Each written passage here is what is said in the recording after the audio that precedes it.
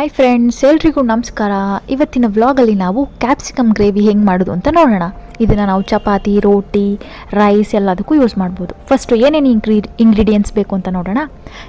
Onion, ಈರುಳ್ಳಿ, capsicum, ದಪ್ಪ ಮೆಣಸಿನ್ಕಾಯಿ, ಟೊಮೆಟೊ ಇದಿಷ್ಟನ್ನು ನಾನು ಉದ್ದುದ್ದಾಗಿ ಕಟ್ ಮಾಡಿ ಇಟ್ಕೊಂಡಿದ್ದೀನಿ. ಒಗ್ಗರಣೆಗೆ ಶುಂಠಿ ಬೆಳ್ಳುಳ್ಳಿ ಪೇಸ್ಟು, ಕರಿಬೇವಿನ ಸೊಪ್ಪು, ಕೊತ್ತಂಬರಿ ಸೊಪ್ಪು, ಸಾಸಿವೆ, ಜೀರಿಗೆ, ಇಂಗು, ರುಚಿಗೆ ತಕ್ಕಷ್ಟು ಉಪ್ಪು, ನೆಕ್ಸ್ಟ್ ಗರಂ ಮಸಾಲ, ಅರಿಶಿಣ ಮತ್ತು ಧನಿಯಾ ಪುಡಿ, ಖಾರಕ್ಕೆ ಖಾರದ ಪುಡಿ ಮತ್ತು ಒಗ್ಗರಣೆಗೆ ಸ್ವಲ್ಪ ಎಣ್ಣೆ, ಇದಿಷ್ಟನ್ನು ತೊಗೋಬೇಕು. ಫಸ್ಟು ನಾನು ಒಂದು ಪ್ಯಾನ್ನ ಇಟ್ಟಿದ್ದೀನಿ ಕಾಯೋಕ್ಕೆ. ಇದಾದಮೇಲಿಂದ 2 to 3 ಟೇಬಲ್ ಸ್ಪೂನ್ ಆಯಿಲ್ ಹಾಕ್ಕೊಬೇಕು. ಆಯಿಲ್ ಚೆನ್ನಾಗಿ ಸ್ವಲ್ಪ ಬಿಸಿ ಆಗಬೇಕು. ಬಿಸಿ ಆದಮೇಲಿಂದ ಸಾಸಿವೆ, ಇಂಗು, ಜೀರಿಗೆ ಮತ್ತು ಕರಿಬೇವನ್ನ ಹಾಕಿದ್ದೀನಿ. ಅದಾದಮೇಲಿಂದ ಆನಿಯನ್ನ ಹಾಕ್ತಾಯಿದ್ದೀನಿ. ಇವಾಗ ನಾನು ಆನಿಯನ್ ಹಾಕಿ ಚೆನ್ನಾಗಿ ಫ್ರೈ ಮಾಡ್ಕೊಬೇಕು. ಆನಿಯನ್ ಚೆನ್ನಾಗಿ ಫ್ರೈ ಆಗಲಿ. ಫ್ರೈ ಆದಮೇಲಿಂದ ಆ್ಯಕ್ಚುಲಿ ಶುಂಠಿ ಬೆಳ್ಳುಳ್ಳಿ ಪೇಸ್ಟ್ ಹಾಕ್ಕೊಬೇಕು. ಆನಿಯನ್ ಫ್ರೈ ಆಗ್ತಾ ಇರುವಾಗ ಶುಂಠಿ ಬೆಳ್ಳುಳ್ಳಿ ಪೇಸ್ಟ್ ಹಾಕ್ಕೊಂಡು ಫ್ರೈ ಮಾಡ್ಕೊಳ್ಳಿ. ಫ್ರೈ ಆಗ್ತಾ ಇರುವಾಗ ನೆಕ್ಸ್ಟ್ ನಾವು ಕ್ಯಾಪ್ಸಿಕಮ್ನ ಕಟ್ ಮಾಡಿ ಇಟ್ಕೊಂಡಿದ್ದೀವಲ್ಲ ಅದನ್ನು ಹಾಕಬೇಕು.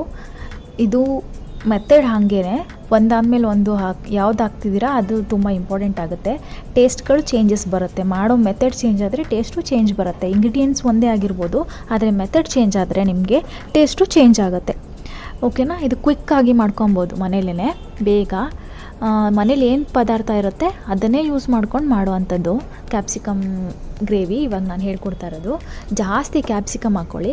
ಆನಿಯನ್ ಮತ್ತು ಟೊಮೆಟೊ ಸ್ವಲ್ಪ ಕಡಿಮೆ ಮಾಡ್ಕೊಳ್ಳಿ. ನಾನಿಲ್ಲಿ ಎಲ್ಲ ಒಂದೇ ಕ್ವಾಂಟಿಟಿ ಹಾಕ್ಕೊಂಡಿದ್ದೀನಿ, ಬಿಕಾಸ್ ನಾವು ಇಬ್ಬರಿಗೆ ಮಾತ್ರ ಮಾಡ್ಕೊತಾ ಇರೋದು. ಸೊ ಅದಕ್ಕೆ ನೆಕ್ಸ್ಟ್ ಇವಾಗ ಕ್ಯಾಪ್ಸಿಕಮ್ ಹಾಕ್ತಾಯಿದ್ದೀನಿ. ನೋಡಿ, ಕ್ಯಾಪ್ಸಿಕಮ್ನ ತುಂಬ ಸಣ್ಣದಾಗಿ ಬೇಡ, ಬಾಯಿಗೆ ಸಿಗೋ ಥರ ಮಾಡಿಕೊಂಡು ಚೆನ್ನಾಗಿ ಹುರ್ಕೊಂಡಾದ್ಮೇಲಿಂದ ಇದು ತುಂಬ ಬೇಯೋದು ಬೇಡ, ಒಂದು 70% ಬೆಂದರೆ ಸಾಕು. ಯಾಕೆಂದರೆ ಬಾಯಲ್ಲಿ ಸಿಗಬೇಕು ಕ್ಯಾಪ್ಸಿಕಮ್ ತಿನ್ನುವಾಗ, ಚೆನ್ನಾಗಿರುತ್ತೆ ಅದರ ಟೇಸ್ಟು.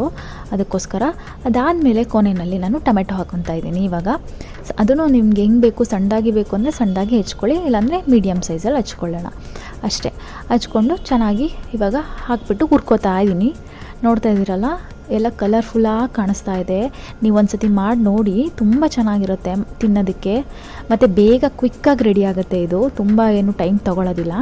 ನೆಕ್ಸ್ಟ್ ಇವಾಗ ನಾನು ಮಸಾಲ ಪೌಡರ್ಸ್ ಎಲ್ಲ ಹಾಕ್ತಾಯಿದ್ದೀನಿ. ಅರಿಶಿನ, ಖಾರದ ಪುಡಿ ಮತ್ತು ಧನಿಯಾ ಪುಡಿ ಮತ್ತು ಗರಂ ಮಸಾಲ ಇಷ್ಟನ್ನು ಹಾಕ್ಕೊಂಡು ಚೆನ್ನಾಗಿ ಮಿಕ್ಸ್ ಕೊಡ್ತಾಯಿದ್ದೀನಿ. ನೀವು ತುಂಬ ಚೆನ್ನಾಗಿ ಮಿಕ್ಸ್ ಕೊಡಬೇಕು, ಇಲ್ಲಾಂದರೆ ಎಲ್ಲ ಒಂದೇ ಕಡೆ ಕುತ್ಕೊಂಡ್ಬಿಡುತ್ತೆ. ಮಸಾಲೆ ಜಾಸ್ತಿ ಆಯಿತು ಅನ್ನೋ ಥರ ಫೀಲ್ ಆಗುತ್ತೆ ಆಮೇಲೆ. ಅದಕ್ಕೋಸ್ಕರ ಚೆನ್ನಾಗಿ ಮಿಕ್ಸ್ ಕೊಡಿ. ಇದು ಮಿಕ್ಸ್ ಆಗ್ತಾ ಕಲರೆಲ್ಲ, ಎಣ್ಣೆ ಎಲ್ಲ ಸಪ್ರೇಟ್ ಆಗೋಕ್ಕೆ ಶುರುವಾಗುತ್ತೆ. ಎಣ್ಣೆ ಎಲ್ಲ ಸಪ್ರೇಟ್ ಆಗೋಕ್ಕೆ ಶುರುವಾದಾಗ ಆಲ್ಮೋಸ್ಟ್ ಆಗ್ತಾಯಿದೆ ಅಂತ ಅರ್ಥ. ಅದಾದಮೇಲೆ ಬೇಕಂದರೆ ಸ್ವಲ್ಪ ನೀರು ಆ್ಯಡ್ ಮಾಡ್ಕೊಳ್ಳಿ, 1 ಟೇಬಲ್ ಸ್ಪೂನ್ ಅಷ್ಟು. ನೆಕ್ಸ್ಟು ರುಚಿಗೆ ತಕ್ಕಷ್ಟು ಉಪ್ಪು, ನಿಮ್ಮ ಟೇಸ್ಟ್ಗೆ ಹೆಂಗೆ ಬೇಕು ಆ ಥರ ಉಪ್ಪು ಹಾಕ್ಕೊಳ್ಳಿ. ಉಪ್ಪು ಜಾಸ್ತಿ ತಿನ್ನಬಾರ್ದು. ಆ್ಯಕ್ಚುಲಿ ನಾನು ಡಯಾಲಿಸಿಸ್ ಟೆಕ್ನಿಷಿಯನ್ ಆಗಿ ಇದೊಂದು ಸಜೆಸ್ಟ್ ಮಾಡ್ತೀನಿ. ಸಾಲ್ಟ್ನ ಆದಷ್ಟು ಕಡಿಮೆ ಮಾಡಿ ನಿಮ್ಮ ದಿನನಿತ್ಯದ ಊಟದಲ್ಲಿ. ಓಕೆನಾ? ಈಗ ಹಾಕ್ಬಿಟ್ಟು ಎಲ್ಲನೂ 1-2 ಮಿನಿಟ್ಸ್ ಮುಚ್ಚಿಟ್ಟು ಲೋ ಫ್ಲೇಮಲ್ಲಿ ಬೇಯಿಸ್ಕೊಳ್ಳೋಣ. ಮುಚ್ಚಿಟ್ರೆ ಬೇಗ ಬೇಯುತ್ತೆ. ಇದೊಂದು ಟಿಪ್ಸ್ ನಿಮಗೆ. ಓಕೆನಾ? ದೆನ್ 1-2 ನಿಮಿಷ ಆದಮೇಲಿಂದ ತೆಗಿಯೋಣ. ಇವಾಗ ಆಗಿರುತ್ತೆ.